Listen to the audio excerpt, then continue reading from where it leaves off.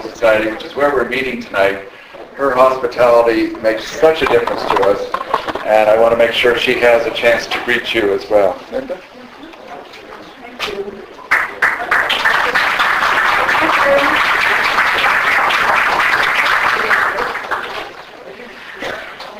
Thank you. I was going to start one way, and your clapping reminded me of something else. As a child, I was very shy, and I barely spoke above a whisper for years, which irritated my father beyond belief. And one of the tactics he used on me, he said, "Don't you want to go into a room and give a talk and have someone clap for you? That's the most wonderful feeling in the world." So all I have to do is have my name announced now, and I get hand claps. He'd be so happy. But welcome to the New Jersey Historical Society, and my first greeting was going to be that I know many of you who are out there, and those of you who know me know that I've had a long career at Bloomfield College. And while at Bloomfield, in talking about the history of the college, I would mention that it was once all male, which, no. It was once a seminary, no. And that it was once classes were conducted in German. And with that, they would really gasp. And I would tell, and Steve is shaking his head, another Bloomfield College alum. I would tell them that this area had a very significant German population, and that the college, the seminary, started in Newark, and it started as a seminary for German-speaking students. And all of the classes and the original records are in German, and they would always find that fascinating. I cannot wait to hear what we have in store for us tonight. I've read Warren's book, and I understand that our speaker tonight's knowledge far surpasses Warren's. I think he said something like that.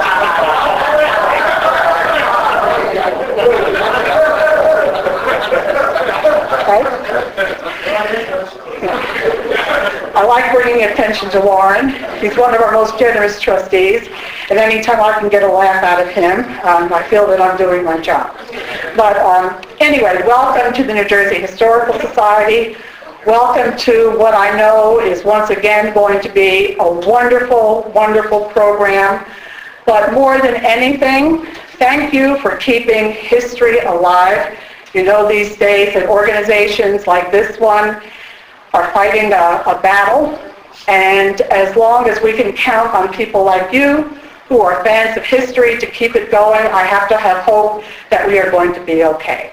So support your local history institutions, in particular support the Newark History Society, and above all, support the New Jersey Historical Society. Thank you.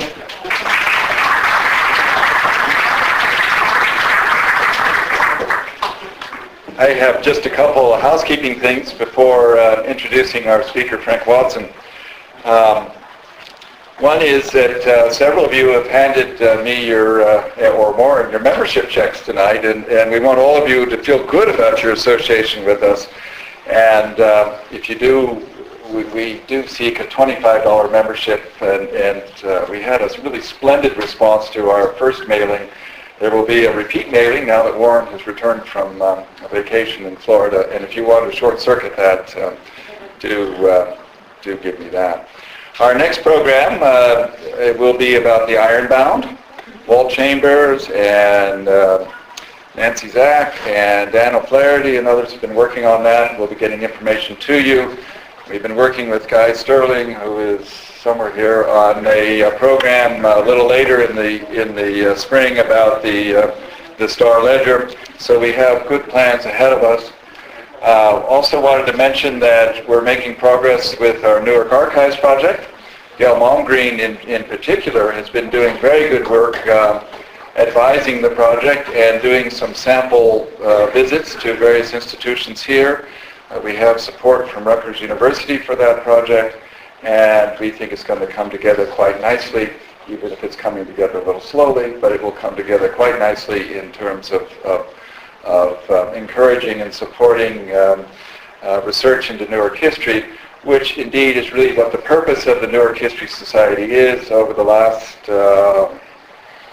8 or 9 years now, we've been doing these programs, bringing people together, having interesting panel discussions or speakers about different aspects of Newark's history. And this is tonight one of the more intriguing ones. We found out about Frank Watson's research about Newark's Nazi spy in a somewhat roundabout way. Warren was actually asked to be a referee for a paper that Frank and his brother, who's a professor of history at a college in Pennsylvania, have written for the Lutheran Quarterly. And Warren was quite taken with it, asked for permission to contact the author, and we have really enjoyed the back and forth with Frank Watson since then. Frank earned his doctorate in church history from Drew University. He serves a Lutheran church in Whiting, New Jersey. I had to look that up on the map. That's kind of right smack in the Pinelands, kind of with a lot of retirement homes and military bases right nearby, and nice of him to venture north, particularly in the rainstorm today. It was really in his role, which I understand is more of a volunteer and part-time role, as archivist for the New Jersey Synod of the Evangelical Lutheran Church of America, if I've got the title right, where he came across, this topic found him.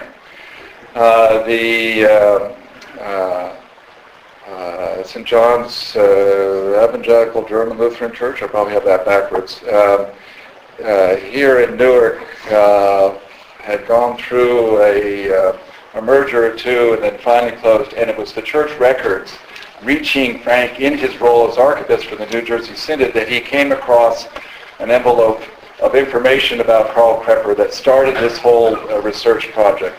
And we are delighted that that happened, and that you were willing to join us today. And welcome, Frank. At the end, I did print out copies of, and put it on one page, of the article from January 1945 from Time magazine, right after the arrest of Karl Krepper. And you're welcome to pick up one of those copies of the Time magazine coverage from the Time at the end of the session and after the Q&A with Frank. But Frank, thank you for coming.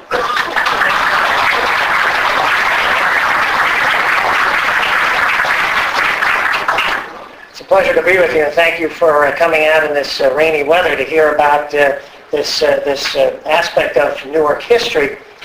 Just as a little preface, I'll say that when I started to attend seminary in Philadelphia, a Lutheran seminary in Philadelphia, I didn't know that that was the same institution that Karl Krepper had spent a year at, and we'll get into that a little later. But our neighbor above us was a woman, Mrs. Klaus Molzahn, and she was the widow of a Lutheran pastor. That I knew from the neighbors, and we had a chance to meet her.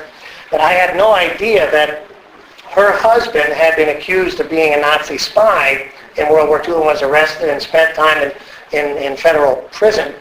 He was pardoned eventually under Eisenhower, and ended up going back into the ministry and serving with distinction as a pastor. But this individual, Karl Krepper, is a person who he spent 25 years serving churches in the United States. All of his active ministry as an ordained pastor was spent in the United States. After serving 5 churches, 25 years, he ended his career in prison, and that's where he will come to it, the climax, the crux of my presentation tonight. But Newark's Nazi spy, Pastor Karl Krepper. Several of the pastors in Ocean County, where I serve now, had served churches that he had previously served in North Jersey. None of them knew the story. This was a story that had almost literally been forgotten by American Lutheranism. You might say for good reason. It's not a good story. But the interesting thing is that after he was sent to prison, the story was basically put aside, and in the church that he had served right before he started his work as a spy, this material, some of it was placed into a sealed file. And as Synod archivist for the Lutheran Church in New Jersey, the Evangelical Lutheran Church in New Jersey, I came upon this, opened it up when I was processing the records of the former Redeemer Lutheran Church in Irvington that had closed. And in any event, we'll get on, and I'll tell you, Mary, my wife Mary is going to help me with the PowerPoint, and we can start off with that. There's a sense in which the telling of the story should begin around the time when Krepper was arrested. America was in the middle of the bloodiest and really the kind of the harshest battle of World War II, the Battle of the Bulge. And at the very beginning of this battle, when we weren't sure who was going to win, there was an arrest made in the city of Newark. And the man who was arrested was, as we're going to get into, was called Krepper. But I think that's important in terms of the context. We're in the heart of World War II in the sense that we're not quite sure at this time when this battle begins what the outcome is going to be. People were hearing stories of massive losses of American life in Germany as American soldiers were fighting. And in any event, we'll move on to our next slide here. I had an uncle who fought in the Battle of the Bulge, and he told stories about it. And certainly in terms of what our soldiers went through over there and what the Germans experienced as well, you know, it was a very bloody battle. Move next slide. The interesting thing, this is a mugshot that Tim Christ found for me in the Newark evening newspaper. And what happened was that when Krepper was arrested, nobody knew at the time in his immediate neighborhood that he had served as a pastor in another part of the city. And that was an interesting thing. When I started reading the newspaper accounts of what happened, I realized that this was a man who had basically forged a new identity at some point in his life. And certainly his period of time in Newark, both as a pastor and as a spy, aged him. This is a 10-year difference from that first picture to here, and you can see it certainly has borne a toll on him. Carl Krepper was, again, a pastor who served for 25 years in the United States. He had come over to the United States from Germany. He served his first parish in New Jersey, and then went from New Jersey to Philadelphia, where he served at a church there for a number of years. Then he came back to New Jersey and served 3 different parishes before he ended up being recruited to work under Walter Koppe in Germany. Headlines when he was captured were spread all over the country and all over the world. This is one of the clippings from the Newark Evening News. This was the copy. This is a copy of the first newspaper article that I found. This had no date and it had no newspaper title. I had no idea which paper it was in originally. But this was in the sealed file from St. John's in Newark. That is the first German evangelical Lutheran St. John's Church in Newark. And it had this was the clipping that kind of got me started on the whole thing. New York Times, I know we have some visitors here tonight who have copies of the New York Times articles too. The New York Times, the New York Evening News had the story of Krepper's arrest and various aspects of the espionage ring that he was embroiled in. And it really was, the bottom line is this story right here. Krepper was the contact man for what was the most dangerous sabotage attempt on American soil prior to 9/11. And he was in a sense the connection, the connecting link in what could have been a real absolute disaster for us as a country at a time of war. You can see here the various papers, various stories. Once he was captured, the fact that he was a Lutheran pastor made the headlines. Some of the churches that he had served in North Jersey, in Rahway and in Carteret, one of them took aside saying that they never knew that he had Nazi inclinations, that they had no idea that he supported the Nazi government in Germany. One of his other congregations said, he ran roughshod over us, and basically they said he was like a little Hitler in the parish. So, as a pastor, I can appreciate that different perceptions can come forward. It was covered as far away as Australia, 2 days after his arrest. You can see this made front page news even in Australia. The shocking nature of of an American pastor, even though he was born in Germany, an American pastor who was implicated in a sabotage attempt and a spy network in his adopted country was shocking at the time. Now the story begins many years before. This is Hamburg, a photograph of old Hamburg between the two world wars. In a sense, this is the beginning of the story of Krepper the spy.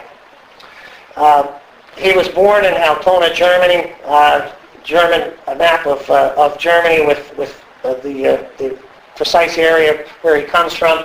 And then we know that what's interesting is that his family story connects him very distinctively with Hamburg. We know that at some point in his move to adulthood, he was called to be a pastor. He attended a seminary that was very much connected to the American church experience for Lutherans. He attended a seminary that specifically trained German pastors to serve in the United States. We had, at the latter part of the 19th century, early part of the 20th century, a whole slew of German American parishes, and they would have services in German. And when I served my vicar year, when I was an intern in the late 80s, the mid-80s, late 80s, there was a church in Norristown, Pennsylvania, a neighboring parish, that still had German services once a month.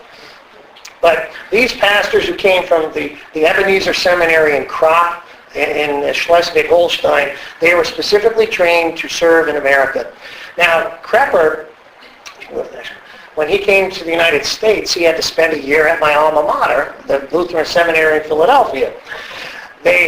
Lutheran Seminary in Philadelphia came to an agreement with this seminary in Germany, and they would Americanize these German pastors to be. They would spend a year on the campus of the seminary where they would learn English in a liturgical way and a spoken way. Even though they were going to serve German parishes, they still had to learn the American church milieu. And what happened was he spent a year, as they all did, and was eventually ordained the next year. And but this is the ship register when he came to the United States. This is from the SS President Grant, and he's listed as 25 years of age, from Blankenese, Germany, and he was listed as a theological student. This church was his first parish in the United States. It was the St. John's Lutheran Church in Williamstown, New Jersey. It still exists. I spoke to one of their previous pastors last week who had no idea that Krepper had ever been there, and the congregation does not broadcast that fact, obviously. After spending a year in Williamstown, New Jersey, Krepper came to Philadelphia, where he became very active in the Lutheran Church in the city of Philadelphia. He was ordained to serve in what was called the Ministerium of Pennsylvania, which was the oldest Lutheran church body in the United States. And they had what was called a German conference. Krepper served as the statistician for them, and he had an official capacity among the German congregations, not only in Philadelphia, but in New Jersey and a little further north as well. He was listed in the 1920 census with his family and as pastor of his church, the Friedens Lutheran Church in Philadelphia. He was naturalized, and this is a combination of various naturalization papers. We know who sponsored him and so forth. And the interesting thing is about the oath, he had to disavow. He not only had to say this, but he had to disavow any allegiance to the Kaiser or to any government in Germany. And what happened was that at this time, he was also one of the few pastors from the Krepper Seminary who didn't take a public stand, it seems, one way or another in terms of a controversy that was developing among some of those graduates. There was, during the First World War, he signed, he was, you can see here, he was actually signed up for the draft. He was not called, and he's listed as a minister, pastor of the Lutheran Friedens Church. But during the First World War, prior to his naturalization, there was a story that appeared in the New York Times that told a very strange tale. I did a little bit of research on this. Some of the crop seminary pastors were accused of trying to keep America out of the First World War. And the issue was, one of the things that they were implicated in was trying to incite racial conflict and tension in the southern part of the United States. This was actually from an Army investigation that was conducted. But as you'll see, on the other hand, loyal clergymen helped check pulpit propaganda. So even among the German-American pastors, it's pretty clear the vast majority were supporting America in our efforts and so forth. But there were some, and Krepper came from a seminary who at times had questionable loyalty in the United States. Now, when he went to northern New Jersey, he served a 2-point parish. Krepper served 2 churches that still exist, both named Zion Lutheran Church, Raleigh and Carteret. And these were the 2 parishes, I believe it was the Carteret parish that really had a very negative impression of him as their pastor. The Raleigh congregation said, he was a decent guy, and we had no idea he had a Nazi inclination within him. When in 1932, Krepper was called to the first German St. John's Evangelical Lutheran Church in Newark, we have here some interesting things that he gets embroiled in. First of all, we have to keep in mind there were 2 Lutheran churches with the same name of St. John's in Newark. There's still a St. John's Lutheran Church in Newark. They and this church were at one time the same congregation. This church broke off to continue the use of German in their services. The other church, while they had some German services, wanted to move to the use of English. And so there were at one time, at this time, in the 30s, there were 2 churches with the same name, basically, in the city of Newark. Now, this is the official, this is in the archives that are at our archive center in Philadelphia. The archives of St. John's, excuse me, when St. John's merged into Redeemer Irvington, their records became part of the record of the closing congregation. And this is the official certification of Pastor Krepper's call. The interesting thing is that it's not Samuel Drexler, it's Trexler.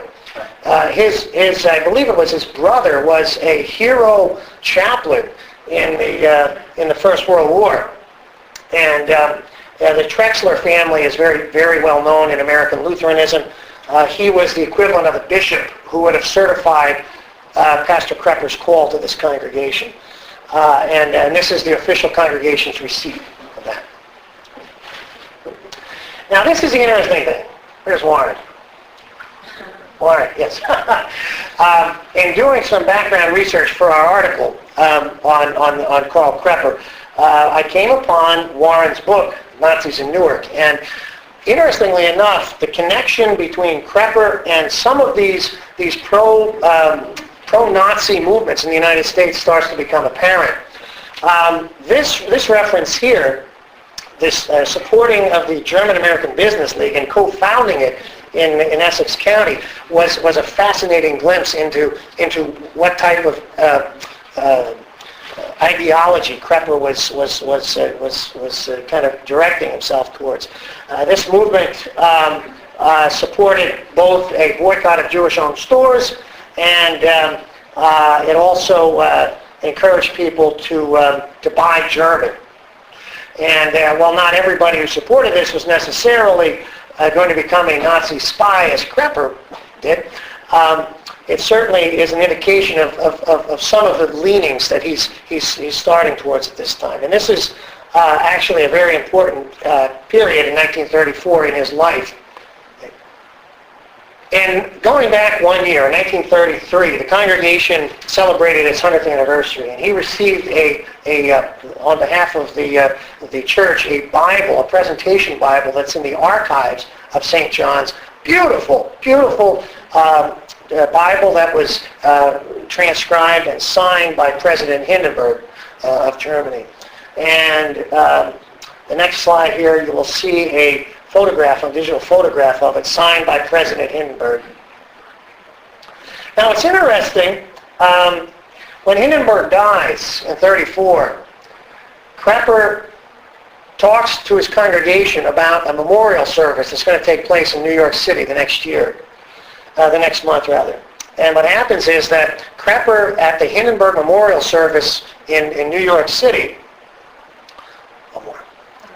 ends up meeting a very influential figure in his later life, Walter Kappe, who was involved in the Bund, right?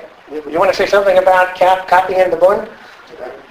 But the Bund, you know, the Bund itself is an organization that Krepper is eventually going to be a contact man for. The Bund that ends up getting kind of beaten down in terms of the federal legislation. The Bund by the time Krepper comes back in World War II, it's still there, but it's not on the surface anymore. Krepper came over, and he admitted this, as a contact man between the Bund and Germany. The Bund elements in America and Germany. And this is the official parish, it's called the protocol, but anybody here on a church council or a house of worship on a council? Yeah, this is like the council minutes. And in this one, he actually talks about this plan, this upcoming service for the Hindenburg Memorial in New York. It was at that service that he met Walter Kappe, and that came out in the course of his trial. He said that's where he met Walter Kappe. He claimed at one time to have met him in Germany, but in his trial he admitted that it was at this service that's mentioned here that he met the man who was to become the head of the Nazi spy program. Now the other thing, later in 1934, there is a mention in his council minutes here of a service with the Friends of New Germany, a pre-Bund organization. And this was a service that was held in the church in Newark here, where they were probably, it was a regular church Sunday service, but it was a specific Sunday designated for members of the Friends of New Germany. And, there's no record, of course, that exists about exactly what happened during that service and what the liturgy was like. I'd be interested to see that, but we don't have any record of that. But the fact that he mentions it, that it's in here, is another connecting link with the American Nazi movement. Now, this is bizarre. This is an absolutely bizarre. In 1935, what happens is Krepper says, I'm going to take a 2-trip-month journey to Germany. I'm going to go to Germany for 2 months, and I'm going to pay for my assistant out of my own pocket. Now, I don't know any of my colleagues who ever would have had the guts to do that, but he did it and he got away with it. What he was doing in Germany in those 2 months we're not 100% sure of. What we know is that when he comes back, there is an absolutely even crazier request. He wants a 2-year leave of absence, and he wants the parish to keep his call open for him. And he doesn't even offer here to pay for an assistant. What happens is that when he goes on this trip, he ends up being recruited eventually as a spy. And when he comes back to the United States in 1941, he does so as an agent of Germany. So in the parish council minutes, it's recorded, they said, no, we don't think we're going to give you a 2-year leave of absence, Pastor Krepper. So he tendered his resignation. And we actually have the ship register of the journey back to Germany that he and his wife made. What's bizarre is that for the next 6 years, Krepper and his wife, and sometimes one or the other, make numerous trips back to the United States. What are they doing? Well, when he comes back to the United States in 1941, he's charged with setting up safe houses for Nazi agents in northern New Jersey. And so what he's doing is probably making some of those connections, keeping some of his other connections alive. He did have a stepson in the United States, and we know that when he came back, that was the person that he ended up moving in with at first. This is the ship register of his journey back to the United States. The fact that it sailed from Lisbon, Portugal is very important. That was a center of espionage on various sides in World War II. And when he stepped off the boat, he was already lined up in his own testimony. He was lined up as to serve on behalf of the German government as an agent. Now, the quote here, to do propaganda work for Germany and the United States and provide funds and haven for Bundists who were persecuted by Jews, that's a quote from Krepper. That's what he said he came back, one of the things he came back to the United States to do. He settled at 68 James Street in Newark. He had several addresses in this city. He had a number of rooms in different areas in northern New Jersey. And he claimed to be able to have money as well to support agents. And most importantly, he was the contact man for Operation Pistorius. And that was the most, again, really the most dangerous terrorist attempt against our country outside of 9/11. And if it had succeeded, if Pistorius had succeeded, it would have been worse than 9/11. I mean, Newark would have been hit, the train station here would have been hit, the water supply in New York would have been hit, Horseshoe Curve would have been hit. It would have crippled transportation. It would have killed many, many people. Now, after he came to the United States, he registered for he had to do this, right? But it's not mentioned that he's a Lutheran pastor. When he came to the United States, he apparently very rarely attended church. It came out in his trial. The judge asked him, "You're a pastor. You served here for 25 years. Why didn't you go to church on a regular basis?" And he said, "I have my reasons, and the Bible tells me I don't have to."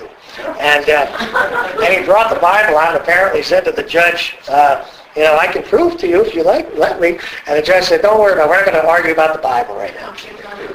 But the judge did ask him, interestingly enough, there was a Lutheran,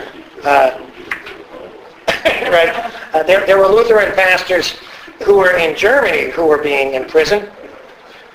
And Martin Niemöller was a prominent one of them for opposing the Nazi government.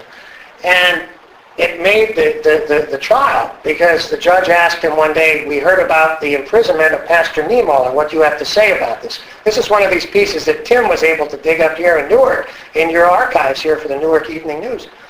And Pastor Krepper said that he was arrested in Germany because he thought Hitler was taking on the authority that we should only give to God. Krepper didn't say whether he agreed or disagreed. Bottom line is that Krepper knew about it. Krepper knew about that story, and it's a fascinating glimpse into what was going on at the time. In June of 42, after Krepper's here, and he's already setting up his safe houses, Pistorius is launched in Germany, a very important effort to try to cripple America in the early days of World War II. We had 2 landings, one in Florida and one in New York. I remember hearing about the one in New York as a boy. I grew up in New York City, and I remember hearing about that. As I say in the bottom here, the human link in the chain of events that would have made Pistorius a success was Carl Krepper. That's where they were going to land, Amagansett on Long Island and down Ponte Verde in Florida. Now, the interesting thing about this list of names, these are the names of the Pistorius saboteurs. 6 of the 8 were electrocuted. They were given military trials after they were caught. The interesting thing is that those who survived were brought in to testify at Krepper's trial because they helped to provide some of the evidence that Krepper was the linchpin for this whole movement. Actually, if it succeeded, it would have been because Krepper could have given them money and given them safe houses. This is very strange because this evidence that came in the trial actually was found right after the saboteurs were caught in 42. there was a handkerchief that had writing on it in invisible ink. And in the midst of the trial, they brought this out, and one of the Pastorius saboteurs who was not electrocuted, Berger, actually described how they were to use this. It was a handkerchief that had the contact for them for the Pastorius operation here in the United States. And you will see it says PAS for Pastor, Krepper, Route 2, Rahway, New Jersey. Now, interestingly enough, he wasn't living there at the time. That was one of his old houses, one of his old addresses. He was at this time living in Newark. And so they did not connect up with him. They missed him. They went to visit him, they missed him, and their opportunity was lost. But once he was caught, it came out to the public anyway that the FBI knew basically that he was one of these linchpins all the way back in 42. Once the saboteurs were caught, they had an address, they had a name, even though Krepper wasn't at that address in Rahway. They started an undercover surveillance. They eventually tracked him down. He was working in Newark as a food safety clerk. Also, his task was also been described as a bookkeeper. He was involved at a place called the Downtown Club in Newark. And nobody there knew that he had served as a pastor in another part of the city. When he was living on James Street, none of his neighbors knew that he'd been a pastor in another part of the city. In this day and age, with the internet and everything else, we can't imagine that. But Newark was a big city, and he was living in this particular neighborhood. He was not mixing with too many people, and so he was able to keep his cover, basically. This is one of the New York Times clippings. I'm sure we have it back here, one of the New York Times clippings. And it describes how the handkerchief was used in the midst of his trial. After he was caught, he was placed in the Hudson County Jail in Jersey City. And what happened was he was on trial here in Newark. They brought out not only the evidence of the handkerchief, they brought in the Peter Berger, one of the saboteurs who was not killed, executed rather in the United States after he was caught. And they started piecing together who this man is called Krepper. Interestingly enough, there is some detail about his life in these stories. We had to go to other sources really to flesh it out. Again, the shipping registers, the naturalization documents, church documents. You can get a certain picture from the newspaper articles, but to really get the full picture, you need the full panoply of documentation. The archives of the old First German St. John's Lutheran Church in Newark really were significant for us in providing some of the background as to why a man would do this. Why would a pastor do something like this? It doesn't make any sense. But you look at what he's doing in terms of some of his work here in Newark before his trip to Germany, and it's he's heading in that direction, no question. Now this is we actually don't we have somebody here tonight who knows one of the FBI agents, or a relative of one of the FBI agents, right? That is fascinating because there's an Obendorf, right? And then there's Otto Kasten. You had some German-American FBI agents who actually posed as saboteurs. And so this multi-year sting operation included, it's almost like, did anybody here see the movie, The House on 92nd Street? Right? That's what this is like. That's what this is like. It's just fascinating. It's just and again, as a pastor, I'm thinking to myself, what's this guy doing for all these years? Anyway, in the course of his trial, he admitted to certain things as part of the court record. The interesting thing, there's a twist in this particular piece that he brought up that he was as a pastor, he felt he tried to dissuade some of the saboteur prospects who were coming to him from committing sabotage. But the fact that he had these safe houses, the fact that he didn't deny safe houses to supposed saboteurs, says that he wasn't as against their work as he claimed to be. Again, high drama, it's portrayed across the headlines of papers all over the place about this secret writing, this invisible ink writing on the handkerchief. And you can just almost picture it in your mind's eye. This still exists. The handkerchief still exists in the FBI archives in Washington. Again, pre-war propaganda admitted. To be the connecting link with the Bund was an interesting thing too, because scholars have debated at times what was the later link after the Bund was officially abolished, after they tried to do away with it. What was the connecting link? Was there a link with the Nazi government in Germany and Bund sympathizers here in the United States? Well, he's one of them. Clearly, he's one of them. And again, here's another one about the FBI man posed as, I think this is the one, the Obendorf one. Yeah. Okay. Now this was the official, these were the charges against him. These were the official government case against him. And we knew that there were communications back and forth between his wife in Germany. Interestingly enough, because his wife in Germany stays over there. His wife stays there after the war. She doesn't come back to the United States until he's out of federal prison. And she was indicted with him. And when I started looking at the shipping registers, I started looking at the trips back and forth that she made between 35 and 40. She came back here a couple times on her own too. And I tend to think that she's implicated in this too. But anyway, what happens is that there's a code that they're to use when he connects with Walter Kappe in Germany. It's his spy master. They have a set code, and the FBI intercepts some of that mail and is able to prove, hey, you're not just doing propaganda, but we have proof that you have connections with these folks back in Germany.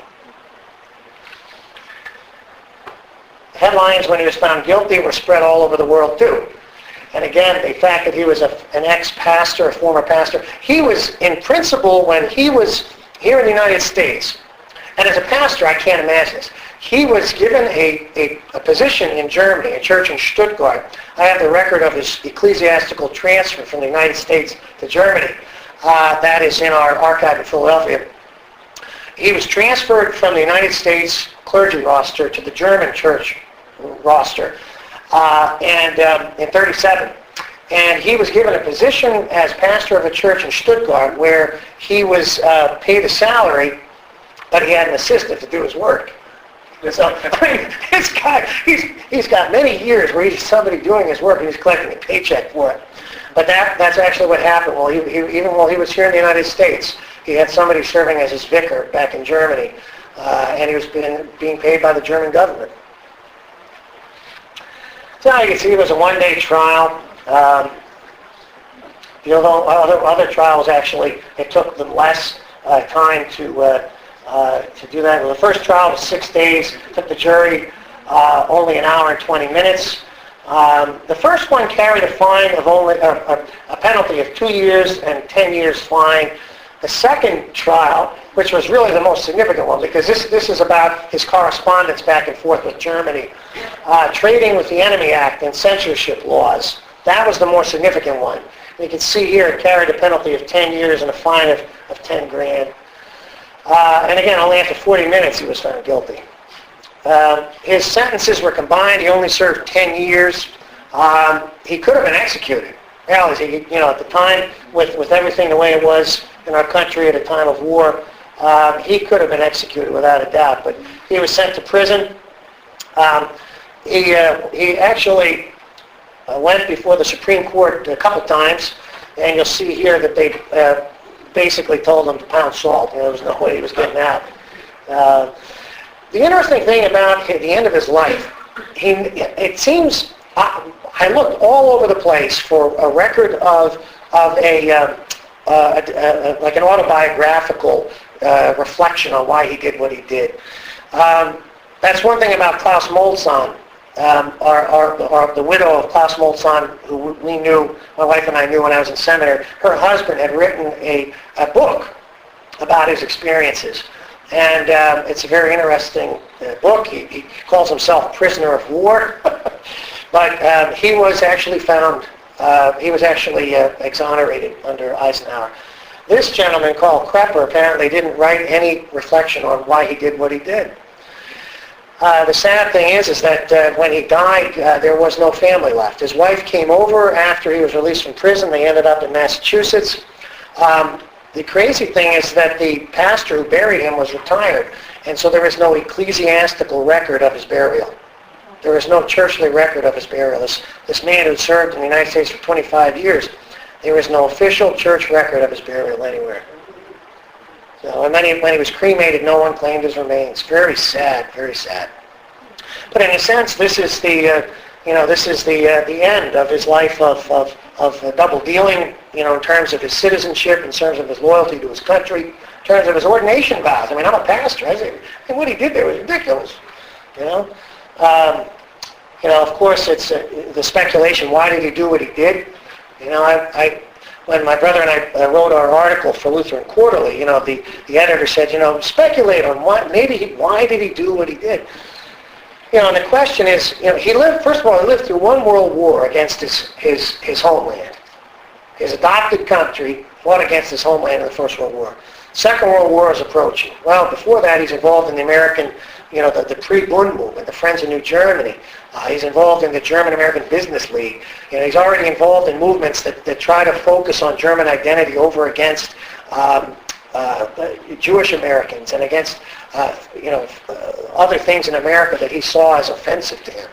And so, why did he do what he did? Well, it's as a pastor, as a person, as a citizen of New Jersey, I don't have an easy answer to that. I think, in terms of his ordination vows, I think it's a sad statement that he died without any churchly context or connection. In terms of his life after his release from prison, it seems like he was very much disconnected from the ecclesiastical world that had been so important to him for all those other years. This is the title of the piece that Tim has from Time magazine. They had a description of his rooms in Newark on James Street, and he was called The Man with the Satchel. And that was it. So it's the title of a movie, isn't it? Like a spy movie. The Man with the Satchel. But there he is. That's his mugshot. Carl Krepper, The Man with the Satchel. Okay.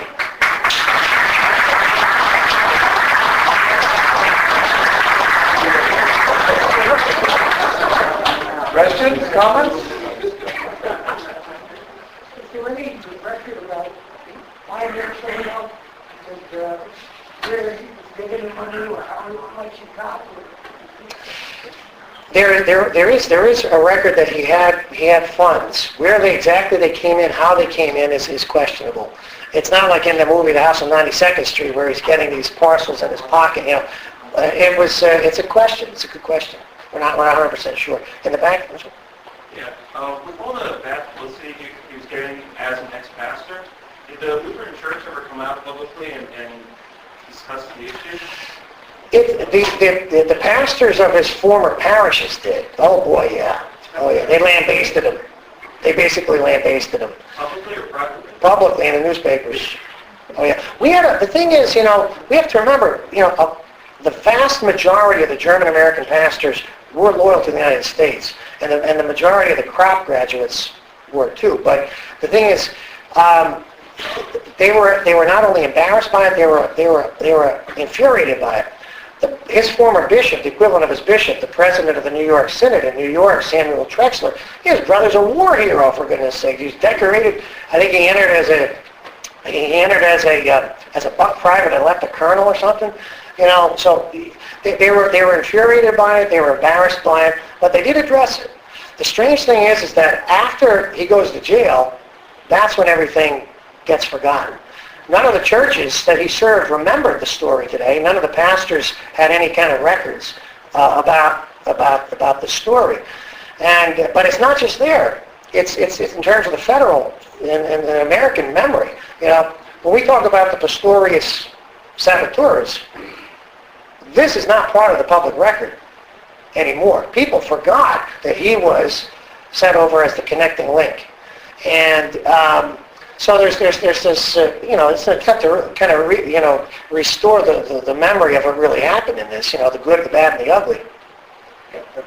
I guess, I suppose you need more than safe houses to blow up railroad stations. Did they try to trace that back to the other...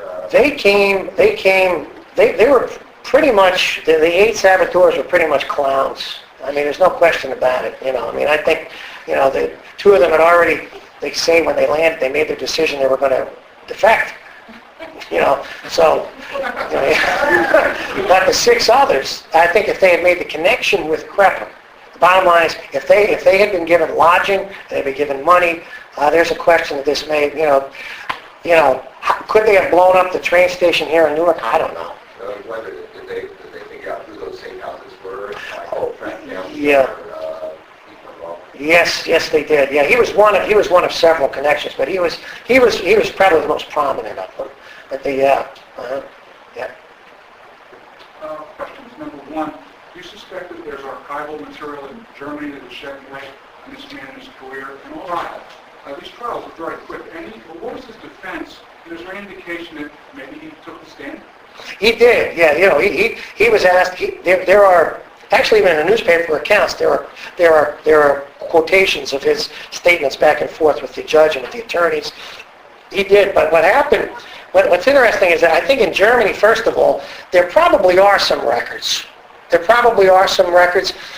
thing is, we got to remember that this is a time, though, there is a confessing church. There's this German Christian movement that's basically a pro-Hitler, a Nazi church, right? I have parishioners in my parish now who are from Germany, and they came over after World War II. And they said one of the things that you noticed during the reign of Adolf Hitler was an incredible drop in confirmations. Churches that would try to keep a real, what we would recognize as a church identity were being beaten down. There were pastors who disappeared at the time if they spoke out against it, and he was part of that German church movement. Okay, so where those records are, if they're as accurate as they would be from the evangelical church, church headquarters, maybe in Hamburg, it's a good question. There's got to be something, I'm sure, because we officially transferred them. We transferred them ecclesiastically from the United States to Germany in 1937. So there has to be some form of that.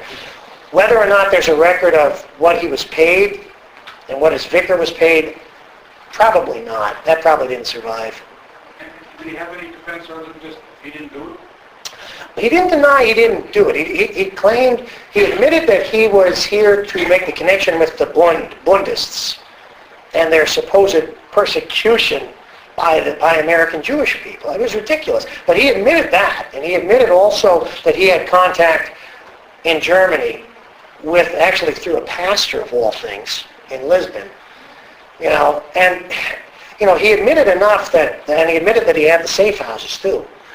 You don't set up a bunch of drop boxes and apartments and so forth, just for the sake of I'm going to be a property owner in Newark, New Jersey.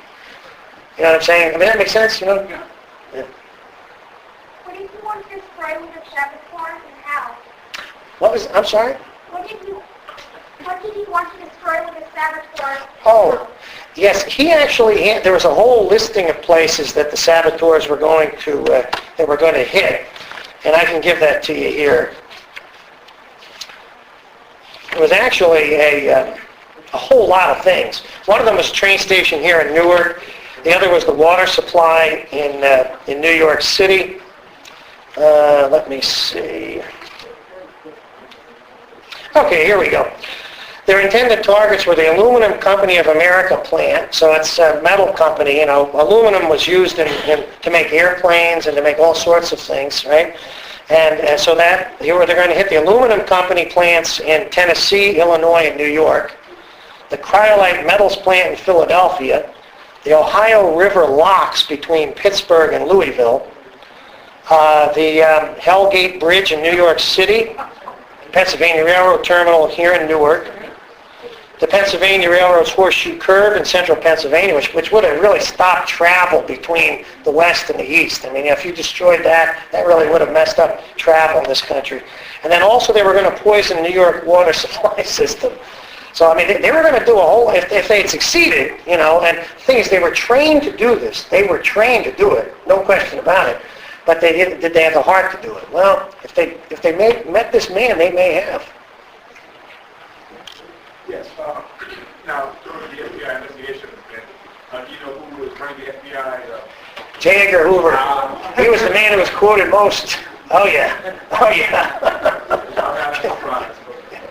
How did they catch this notorious spy so quickly? Well, that's the thing. They two of them gave themselves up, and they kind of, you know, Berger and Dash, they gave themselves up. And what happened is you had them turning in on themselves too. When they couldn't make the connection with him, when they realized that there was, you know, that their connecting link for safe dwelling and for financial support was gone. All the saboteurs had been here before. All those saboteurs had been in America before. They had, some of them become citizens. You had, some of them served in the military before. You had you know, these folks were Americanized Germans who ended up going back to Germany and working for Hitler. And they were caught because some of them didn't have the nerve. But to be fair, I'm sure there's American born clergy in Germany doing pretty much the same thing. Irish priests were helping the rebels against our allies. Oh yeah, we had, you know, the thing is, we had this connection with that seminary. The Lutheran German connection, it runs deep. It still does. I mean, you know, we have the Lutheran Seminary in Philadelphia has a connecting link with the Franke Institute in Halle, which was the original German missionary movement for Lutheranism in this country from the 1700s, right? We still have those connections. We're celebrating Muhlenberg's anniversary in 2 years. And I'm sure you had pastors, you know, who were in Germany, you know. Well, let me tell you this. I have two parishioners in Whiting who were born in New York. They were visiting family in Germany. World War II breaks out. They're stuck in Germany. They get drafted in the German army as American citizens. The war's over. They make it back to the United States. They get drafted for the Korean War.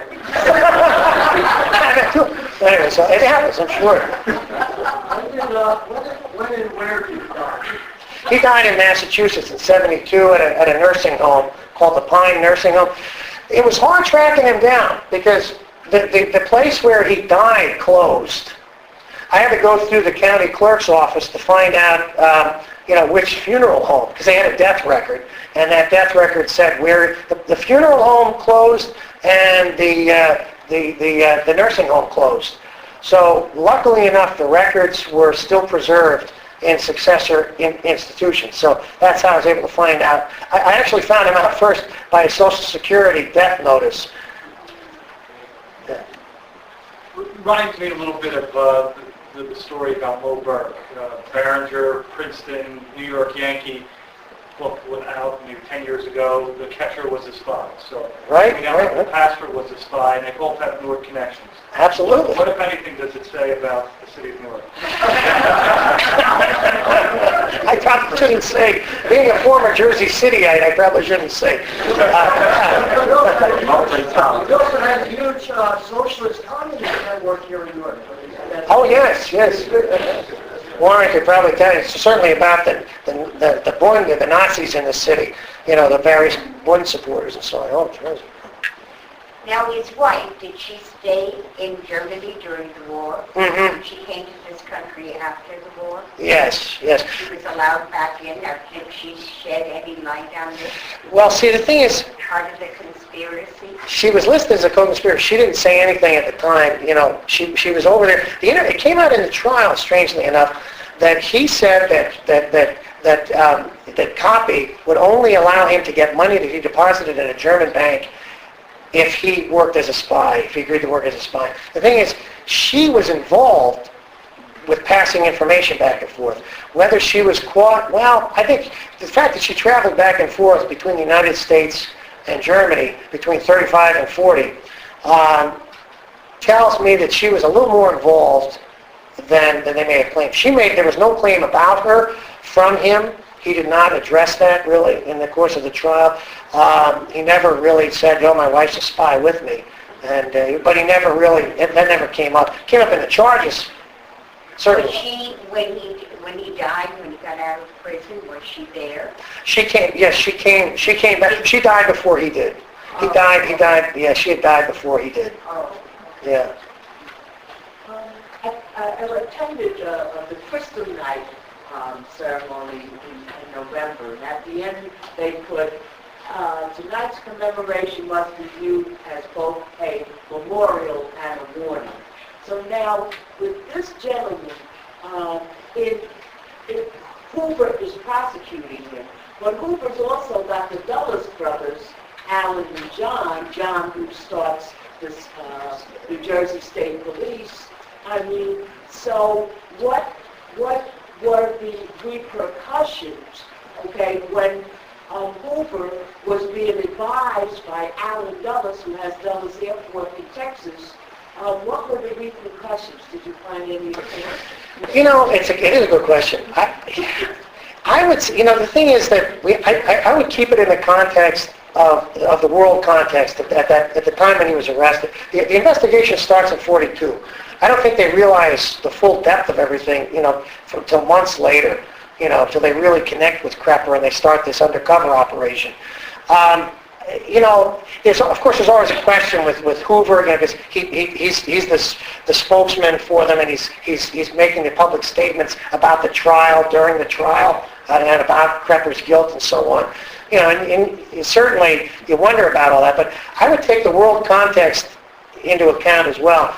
He's arrested. They could have arrested him a month before. They could have arrested him later. I think they weren't fully sure of how connected he was. I think the issue was they needed to expand this out, because he could have been a man like in the house on 42nd Street, or 92nd Street. He could have been a spy with a whole range of connections. And I think it takes them a while to realize, you know what, he was here to connect with Bund loyalists. He was here as the Pastorius guy's contact, and that's about it. But that's enough. I mean, goodness sakes. But I think that was part of it. It took them a while to realize the limitations of what he could do. Because Hoover was taking the best. He took Van Buren, and he took a lot of other Nazis who came here, changed their passports, and they became citizens and advisors for things in America. Right. That's why I'm saying, did we see any trends of tentacles? Not with him. Operation. Not with him, because, he's almost, he could have been a big fish, but he really wasn't. At the end of it, they realized the bulge is going on. We're losing a lot of people in the Battle of the Bulge. And you know what? Let's finally pull him in. I think this is what's happening. You pull him in. Let's say we're taking a stand here to fight espionage on our own territory, as our boys are dying over there. All right, let's get him off the streets finally. It's a good question, though. It's a very good question. Is there an FBI file? Has anybody had it? I'm sure because the handkerchief still exists. I'm sure. A documentary made? No, but I did. It seems like a natural FBI story. It does. I have made contact with a documentary film company that I know. Actually, yeah. Who knows? Is the FBI not giving access to the file? They've used part of it, and they've actually used part of it. Part of it has been used publicly, and it's called the Queer and Precedent. Anybody ever hear that before? You want to? Yeah. Well, actually, weren't they well executed before that went? Yes. Yeah, I served out there, so it's pretty popular. Yeah. Because their story, the arrest of the saboteurs, and their trial by military court and execution has been used in terms of what's happening at Guantanamo and all that. Krepper would be, because he's a how should we put this, an enabler of he was tried as an enabler of the sabotage and as a linchpin for it, but he wasn't tried as one of the saboteurs. So they have used it, and so some of this has been been released and used publicly and so on. You mentioned his affiliation in many of these towns of the state, and just 3 miles, maybe 3 miles from his Jersey Street address was a very strong fund movement. Was he involved in that one also? Oh, I think so. I mean, we know that he invited the Friends of New Germany to a special church service in their honor. So I don't think there's any question. Yeah, I mean, he admitted in the trial that he was in contact with them. So I'm sure he was. I'm sure he did. Yeah, I'm sure he knew of them and supported them. Over here and then back here. Okay, I'm more like thinking mentally of where he went with this. From what you said, he was traveling back and forth to Germany. Did he not think to tell him that he moved to a new address while he was going over there? He listed, well, it's a good point. He listed, yeah. You know, it's a good point. The thing is, once the war breaks out, the lines of communication are a little different, you know. He gets here when the war breaks out. He left Germany before the war broke out. When he arrives, Germany's declared war on America. So it's harder. But the thing is, he did make contact back and forth. And it's a good question. He was trained by Walter Koppe. He was a pretty hard-edged guy as his trainer of spies and covert ops and so on. But he wasn't a genius, and neither was Krepper. Were there, what about his parents? You know, there's back home that were implicated in all this? I believe his parents had died by the time this happened. He made a reference during his trial to one of his trips back and forth was to deal with a sick mother. So I think by the time he's embroiled in all this, they're all gone. His wife in Germany is still there. He had a step family, some relatives here in New Jersey. But that's about it. Yeah, so he was released from prison in 55? Yes. What did he do for the last 17 years? He didn't try to deport him or nothing? No. He worked in Massachusetts. He lived and worked in Massachusetts, it looks like, for most of that time. And what's interesting is that pretty obscure, he died in obscurity. He blended in with his neighborhood, and they only knew him as the man with the... That's why I ended with this, because they knew him only as the man with the satchel in his neighborhood. They didn't know him as, here's Pastor Krepper from St. John's down the street, or whatever, No, here's the man with the satchel. What's it? He was never a pastor again after prison? Oh, we wouldn't have put him in.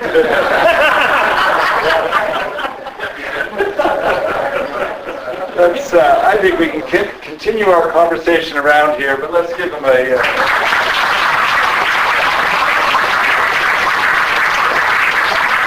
If you're interested in the Time magazine article from 1945, it's here. I'll also leave some pamphlets on Lutheran.